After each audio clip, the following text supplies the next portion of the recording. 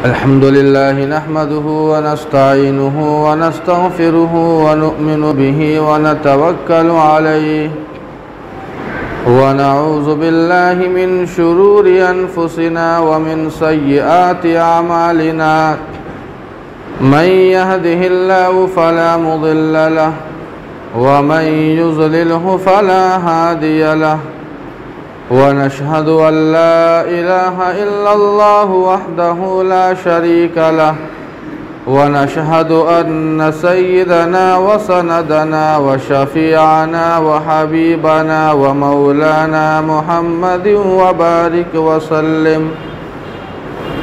अम्मा बअदु फ़अऊज़ु बिल्लाहि मिनश शैतानिर रजीम। बिस्मिल्लाहिर रहमानिर रहीम। वलौ अन्न अहलल क़ुरा आमनू वत्तक़ौ लफ़तहना अलैहिम बरकातिम मिनस समाई वल अर्द वलाकिन कज़्ज़बू फ़अख़ज़नाहुम बिमा कानू यक्सिबून। सदक़ल्लाहु मौलानल अज़ीम व सदक़ रसूलुहुन नबियुल करीम व नहनु अला ज़ालिका लमिनश शाहिदीन वश्शाकिरीन वल्हम्दुलिल्लाहि रब्बिल आलमीन। मोहतरम हाज़रीन जुमा, बिरादरान इस्लाम, अज़ीज़ान गिरामी, दूर व दराज से तशरीफ़ लाए हुए हमारे दीनी भाइयों, बुज़ुर्गों और साथियों, कुरान पाक की जो मैंने आयत पढ़ी है, अल्लाह ताला फरमाते हैं वलौ अन्न अहलल क़ुरा आमनू वत्तक़ौ लफ़तहना अलैहिम बरकातिम मिनस समा। अल्लाह फरमाते हैं कि अगर ये क़रिया वाले, गांव वाले, इलाका वाले अगर ईमान ले आते तो हम इनके ऊपर आसमानों ज़मीन की बरक़ात के दरवाज़े हम खोल देते। अल्लाह फरमाना चाहते हैं इस आयत करीमा में कि अगर इस इलाके या गांव वाले अगर ईमान ले आए होते तो हम इनके ऊपर आसमानों ज़मीन की बरकतों के दरवाज़े खोल दिए होते। वलाकिन कज़्ज़बू, लेकिन इस इलाके वालों ने ईमान नहीं लाया, अल्लाह और उसके रसूल के ऊपर ईमान नहीं लाया, अल्लाह को भी झुटलाया और उसके भेजे हुए रसूल को भी झुटलाया, जिसका नतीजा क्या हुआ? फ़अख़ज़नाहुम बिमा कानू यक्सिबून, कि हमारे अज़ाब ने उनके करतूतों की वजह से पकड़ लिया। इससे एक बात यह मालूम हुई कि इंसान जब गुनाह करता है तो गुनाह का असर ज़रूर होता है। और आज के जुमे का उन्वान भी यही है कि आखिर गुनाह का इंसानी ज़िंदगी पर असर क्या होता है। हम और आप तो गुनाह किए जा रहे हैं, हम और आप तो गुनाह पर गुनाह किए जा रहे हैं, लेकिन हमें इस बात का कभी ये अंदाज़ा नहीं होता है कि आखिर इस गुनाह का असर हमारी ज़िंदगी पर भी पड़ता है। गुनाह का असर इंसानी ज़िंदगी पर इनफरादी तौर पर भी आता है और गुनाह अपना असर इज्तिमाई तौर पर भी दिखाता है। इनफरादी का मतलब ये हुआ कि इंसान जो गुनाह करने वाला है उस गुनाह का असर उसकी ज़ात के ऊपर भी होता है, और इज्तिमाई का मतलब ये हुआ कि पूरे मुआशरे पर उस गुनाह का असर होता है, चीज़ों पर होता है, औलाद के ऊपर उस गुनाह का असर होता है। इंशाअल्लाह हम और आप तफसील से सारी बात सुनेंगे, लेकिन पहले हम और आप ये समझे कि गुनाह कहते किसको हैं, गुनाह कहते किसको हैं, गुनाह का म्यार क्या है। हम और आप गुनाह किसको समझते हैं? चोरी करना, डकैती करना, उसके अलावा ज़िना करना, गाना सुनना, यकीनन ये गुनाह है, इनकार नहीं है। चोरी करना, डकैती करना, ज़िना करना, गाली देना वगैरह वगैरह, ये सारे के सारे काम गुनाह के अंदर शुमार होते हैं, कोई उससे इनकार नहीं है। लेकिन गुनाह की तारीफ़ क्या है, गुनाह कहते किसको है? अल्लाह के नबी सल्लल्लाहु अलैहि वसल्लम से एक सहाबी ने पूछा कि मल इस्म या रसूल अल्लाह, कि अल्लाह के नबी गुनाह किसको कहते हैं? अल्लाह के नबी सल्लल्लाहु अलैहि वसल्लम ने जो गुनाह का म्यार बताया, जो गुनाह की तारीफ बताई, यकीन मानिए आज तक किसी इंसान ने सोचा भी नहीं होगा कि गुनाह इसको कहते हैं, हमने कभी नहीं सोचा होगा, और उस काम को हम गुनाह भी नहीं समझते हैं। अल्लाह के नबी फरमाते हैं कि अल इस्मु मा हाक फी सदरिक व करहत अन यत्तलिअ अलैहि अन्नास, ये गुनाह की तारीफ है। ये अल्लाह के नबी के ज़ुबान से निकले हुए अल्फाज है। अल्लाह के नबी फरमाते हैं कि गुनाह कहते हैं मा हाक फी सदरिक, जो तेरे दिल के अंदर खटक पैदा कर दे उसे कहते हैं गुनाह। उसे क्या कहते हैं? गुनाह। इंसान के दिल के अंदर जिस काम के करने से खटक पैदा हो जाए वही गुनाह है। दो मिसाल आपके सामने पेश कर रहा हूँ। एक इंसान एक दुकान में जाता है, सामान लेता है, खूब सामान लेता है, नोटों की गड्डियाँ बढ़ाता है दुकानदार को, पैसों की गड्डी दुकानदार को बढ़ाता है, पूरा पैसा है। उस पैसे की गड्डी के अंदर उसके अंदर एक फटी हुई नोट भी डाल देता है, जो अगर तन्हा अगर कहीं दुकान पे वो नोट अगर दिया जाता तो वो चलता नहीं, लेकिन पैसों की गड्डी में उसने एक फटी हुई नोट भी डाल दी और दुकानदार को बढ़ा दिया। दुकानदार बेचारा अपना गिने जा रहा है, अपना पैसा गिने जा रहा है, लेकिन उस इंसान के दिल में जिसने पैसा बढ़ाया है, आप इंसाफ से बोलिए क्या उसके दिल के अंदर ये खटक नहीं होती है कि अगर कभी उसकी नज़र, अगर दुकानदार की नज़र उस नोट पर पड़ गई तो वो नोट वापस कर देगा। ये हमारे दिल के अंदर खटक होती है, ये गुनाह है।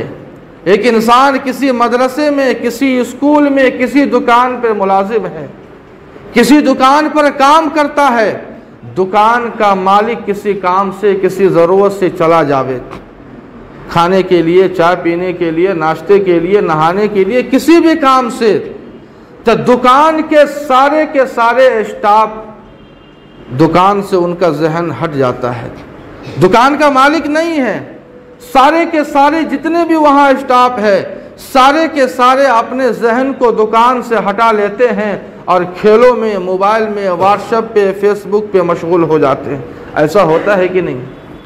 लेकिन वो मुलाजिम जो अपने मालिक की गैर मौजूदगी में वो कोई और काम कर रहा होता है, लेकिन उसके दिल के अंदर ये खटक हो जाती है, ये खटक रहती है कि कहीं ऐसा ना हो कि मालिक, दुकान का मालिक हमें देख न ले। उसके दिल के अंदर ये खटक पैदा रहती है कि कहीं दुकान का मालिक हमें खेलते हुए देख न ले, हमें दूसरे काम में मशगूल न देख ले। यही गुनाह है। अल्लाह के नबी फरमाते हैं मा हाक फी सदरिक, जो तेरे दिल के अंदर खटक पैदा कर दे यही गुनाह कहते हैं। और भी कामों को और मिसालों को हम इस पर कयास कर सकते हैं। हाज़रीन, इसे कहते हैं गुनाह। इंसान जब गुनाह करता है तो गुनाह के ज़िंदगी के ऊपर एक नहीं दसियों असरात होते हैं। इंसान की ज़िंदगी में दसियों नुकसानात आते हैं। एक गुनाह का सबसे बड़ा असर ये होता है कि इंसान अल्लाह के इल्म से महरूम हो जाता है। इंसान को अल्लाह का इल्म नहीं मिलता है। गुनाह का असर ये होता है कि इंसान अल्लाह के इल्म से बिल्कुल महरूम हो जाता है। उसे इल्म ज़हनों में बाकी नहीं रहता है। अगर बाकी भी रहता है तो पायदार नहीं होता, हमेशा के लिए बाकी नहीं रहता है। ये सबसे पहला असर होता है। इसीलिए हम और आप जिस बच्चों के बारे में ये देखते हैं कि इस बच्चे का दिमाग पढ़ाई पे काम नहीं करता है, तो उसका यही असर, उसकी सबसे बड़ी वजह यह है कि वो गुनाहों के अंदर मुब्तला होता है, मोबाइल वगैरह के अंदर मुब्तला होता है, जिसका नतीजा है कि उसके जहनों के अंदर कोई इल्म या कोई बात महफूज नहीं हो पाती है। इमाम शाफ़ई रहमतुल्लाहि अलैह बड़े जलीलुल क़द्र इमाम है, बड़े जलीलुल क़द्र मुहद्दिस गुज़रे हैं। हज़रत इमाम शाफ़ई रहमतुल्लाहि अलैह बड़े जलीलुल क़द्र मुहद्दिस और इमाम गुज़रे हैं। हज़रत इमाम शाफ़ई रहमतुल्लाहि अलैह के जो उस्ताद थे वकी बिन जर्राह, हज़रत इमाम वकी बिन जर्राह अलैहि रहमा, ये उस्ताद है। हज़रत इमाम शाफ़ई अलैहिर्रहमान ने अपने उस्ताद से शिकायत की, अपने उस्ताद से शिकायत की कि हज़रत मैं जो बात याद करता हूँ, जो चीज़ें किताब में याद करता हूँ, वो बातें मेरे जहन में बाकी नहीं रहती है, इसलिए कोई ऐसा वजीफ़ा बता दीजिए जिसकी वजह से मुझे मेरे जहन के अंदर वो इल्म बाकी रहे, वो बात बाकी रहे। हज़रत इमाम शाफ़ई अलैहिर्रहमान ने अपनी किताब दीवान शाफ़ई के अंदर बड़े अच्छे अंदाज में इसको शेर के अंदाज में ढाला है। हज़रत इमाम शाफ़ई फरमाते हैं, शकौतु इला वकी इन सुअ हिफ्ज़ी फ़ाउसानी इला तर्किल मआसी। इमाम शाफ़ई कहते हैं कि मैंने अपने उस्ताद वकी बिन जर्राह से शिकायत की कि हज़रत मेरा जहन बहुत कमज़ोर है, मेरे जहन के अंदर कोई बात बाकी नहीं रहती है, लिहाजा कोई ऐसा वजीफ़ा बताइए कि जिसकी वजह से इल्म जो है मेरे जहन में, मेरे दिमाग में बाकी रहे। फ़ाउसानी इला तर्किल मआसी। मेरे उस्ताद हज़रत इमाम वकी बिन जर्राह ने ये वसीयत की कि फ़ाउसानी इला तर्किल मआसी, कि बेटा गुनाह को छोड़ दे। क्या कहा? गुनाह को छोड़ दे। अगर गुनाह करोगे तो तुम्हारे जहनों के अंदर वो इल्म अल्लाह का बाकी नहीं रहेगा। फ़अख़बरनी बिअन्नल इल्म नूरुम मिन इलाही व नूरुल्लाहि ला युअता लिआसी। मेरे उस्ताद ने कहा कि देख बेटा, ये जो इल्म होता है ये अल्लाह का नूर होता है, और अल्लाह अपना नूर किसी गुनहगार बंदे को अता नहीं फरमाते हैं। तो ये गुनाह का सबसे पहला असर होता है कि इंसान इल्म से महरूम हो जाता है। और दूसरा असर ये है कि जिस तरह एक इंसान एक नेकी का काम करता है, एक इबादत वाला काम, अच्छा काम करता है, तो अल्लाह ताला उस नेक काम के सदक़े में किसी दूसरे नेक काम की तौफीक अता फरमा देते हैं। यह उसूल है। बिल्कुल यही हाल गुनाह का है कि एक इंसान जब गुनाह करता है तो उस गुनाह की वजह से दूसरे गुनाह करने की हिम्मत पैदा हो जाती है, दूसरे गुनाह करने की हिम्मत पैदा हो जाती है। इसीलिए आपने देखा होगा जो बड़े बड़े क्रिमिनल होते हैं ना, जो पूरा का पूरा बैंक लूट लेते हैं मिनटों में, या ऐसे नहीं होते हैं। ये पहले छोटी छोटी चोरियां करते हैं, अपने घर से शुरू करते हैं। कभी बाप का परस मार दिया, कभी माँ का परस मार दिया, कभी भाई बहनों का जमा हुआ किया हुआ जो पैसा होता है वो चोरी करता है, कभी अनाज चोरी करता है, कभी कुछ करता है। ये छोटी छोटी चोरियां इंसान को एक दिन वो ऐसा क्रिमिनल बना देता है कि इंसान बदनाम हो जाता है।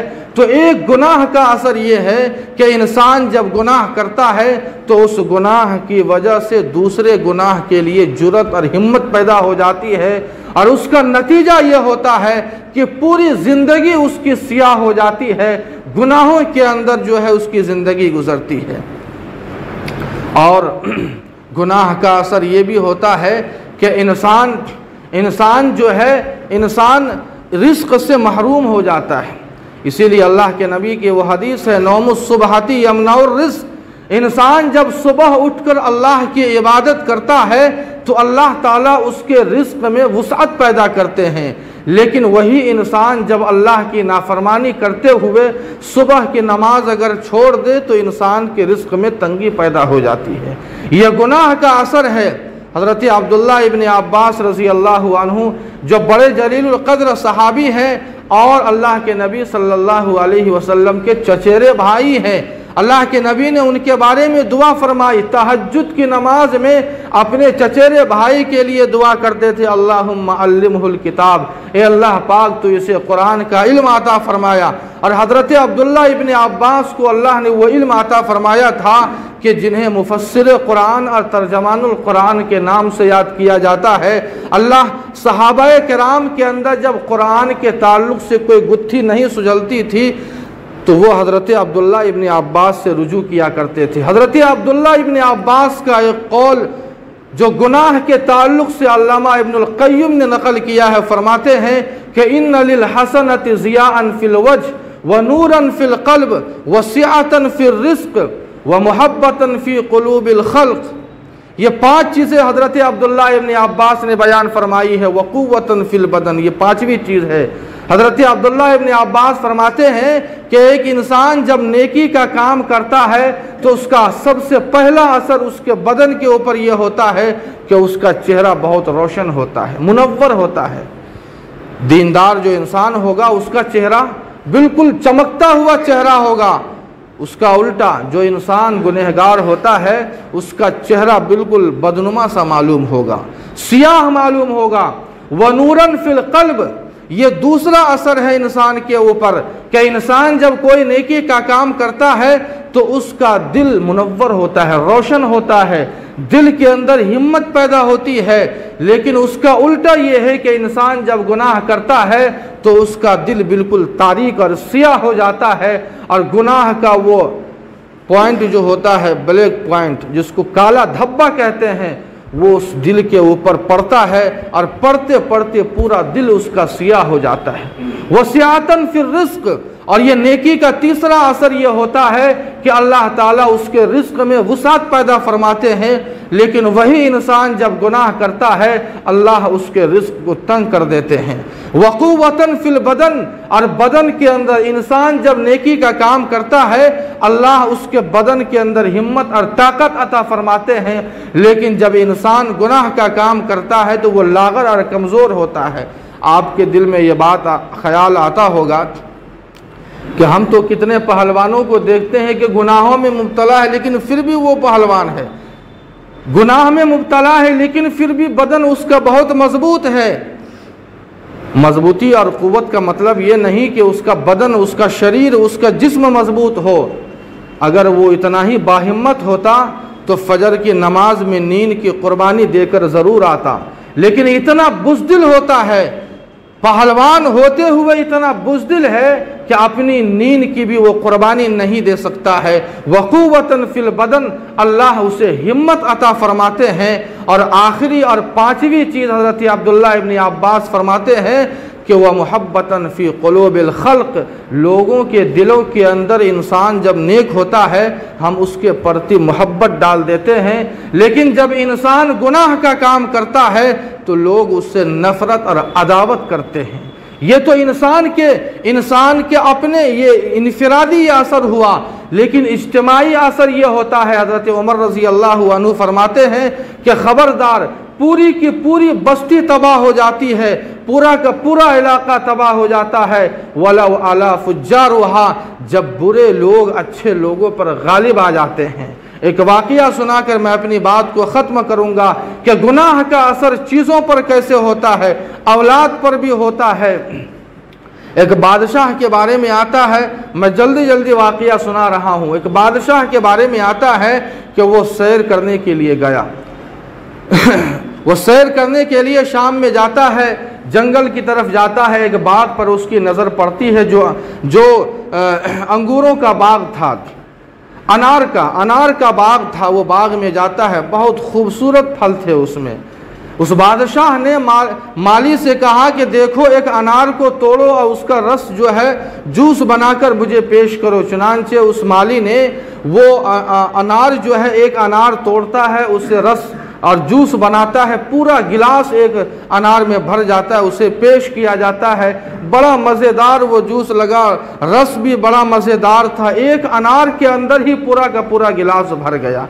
लेकिन गुनाह का असर देखिए, उस बादशाह के दिल के अंदर वो पीते पीते एक ख्याल पैदा हो गया, और वो ख्याल ये था कि इतना शानदार बाग है, इतना शानदार फल है, क्यों न इसके ऊपर टैक्स लागू कर दिया जाए, इसके ऊपर टैक्स लागू कर दिया जाए। एक गलत ख्याल दिल में आया। चुनांचे वो जाते जाते कहा कि देखो तुम्हारा बाग बहुत अच्छा है, और उसने सोचा कि मैं जाऊंगा फिर उसके ऊपर टैक्स लगाऊंगा। जाते जाते कहा कि एक गिलास और मुझे रस पिला दो, एक गिलास अनार का जूस और पिला दो। उसने बिल्कुल उसी साइज का तोड़ा अनार, और उसने जब उसने गाड़ा तो बिल्कुल आधा हुआ है, वो रस जो है आधा हो जाता है। ये चीज़ों के ऊपर जो है वो दिल के अंदर ये ख्याल पैदा करता है, लेकिन उसका असर चीज़ के ऊपर होता है, औलाद के ऊपर भी होता है। एक छोटा सा वाक़या है, वक्त ज़्यादा हो रहा है लेकिन बहुत ही बहुत ही इबरतनाक वाक़या है कि बादशाह, वक्त का बादशाह, अपनी बेटी को कहा कि जाओ पूरे बाज़ार के अंदर चक्कर लगा के आओ। उसकी बेटी पूरे बाज़ार के अंदर चक्कर लगा कर आई। उसके बाद उसका बाप और बादशाह रिपोर्ट लेता है कि बताओ तुम पूरे बाज़ार में घूमी है, क्या तुम्हारे ऊपर किसी ने नज़र डाली है?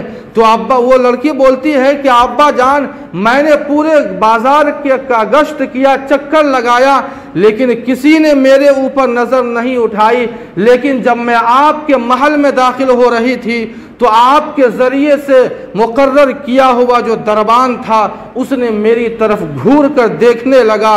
वो बादशाह अफसोस करते हुए ये कहता है कि ये कसूर मेरा है कि एक ज़माने में मैंने भी किसी के बेटी पर नज़र उठाई थी, आज मेरी बेटी पर भी कोई नज़र उठाने वाला है। तो गुनाह का असर औलाद पर भी होता है, इज्तिमाई भी होता है, इनफरादी भी होता है। इसलिए हम और आप अहद करें आज कि हम और आप गुनाह को छोड़ देंगे, अच्छे काम के अंदर हम और आप अपनी ज़िंदगी को गुजारेंगे। अल्लाह पाक हम सबों को अमल की तौफीक अता फरमाए। वमा अलैना इल्लल बलाग।